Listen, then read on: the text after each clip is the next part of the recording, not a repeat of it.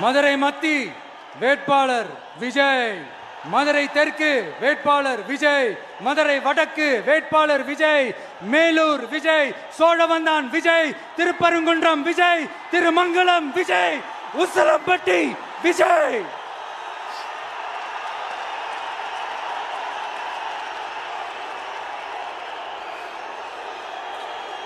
என்னடா எல்லா தொகுதியிலையும் ஒரே வேட்பாளர்னு பாக்குறீங்களா? 234 தொகுதியிலையும் இந்த விஜய் தான், அதாவது உங்க விஜய் தான் உங்க சின்னம். இன்னும் சிம்பிளா சொல்லணும்னா உங்க வீட்டில் இருக்கிற ஒருத்தர் தான் வேட்பாளரா நிக்க போறாங்க.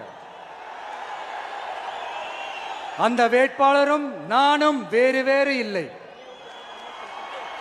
நீங்க அவருக்கு ஓட்டு போட்டீங்கன்னா எனக்கு ஓட்டு போட்ட மாதிரி, இந்த முகத்துக்காக நீங்க ஓட்டு போட்டீங்கன்னா உங்க வீட்டில் இருக்கிற உங்களுடைய வேட்பாளர்